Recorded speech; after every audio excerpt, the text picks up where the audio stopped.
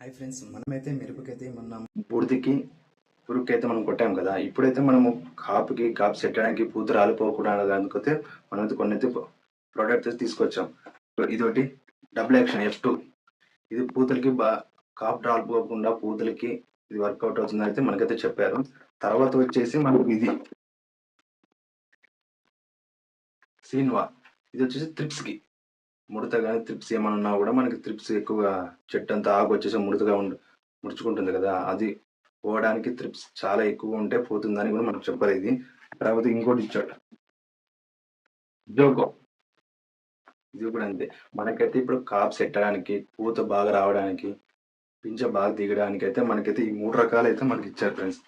3 రకాలు అయితే ఇది ఒకటి, తర్వాత ఇది ఒకటి, 3 రకాలు అయితే మనకి ఇచ్చారు.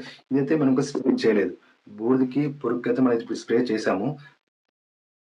ఈ తర్వాత అయితే మనకు 4 డేస్ 3 డేస్ తర్వాత మనకైతే స్ప్రే చేయమన్నారు. అందుకోసం 3 డేస్ 4 డేస్ స్ప్రే చేసిన తర్వాత రిజల్ట్ అయితే ఏ విధంగా ఉందో మీకైతే వీడియో రూపంలో తెలియజేస్తాను.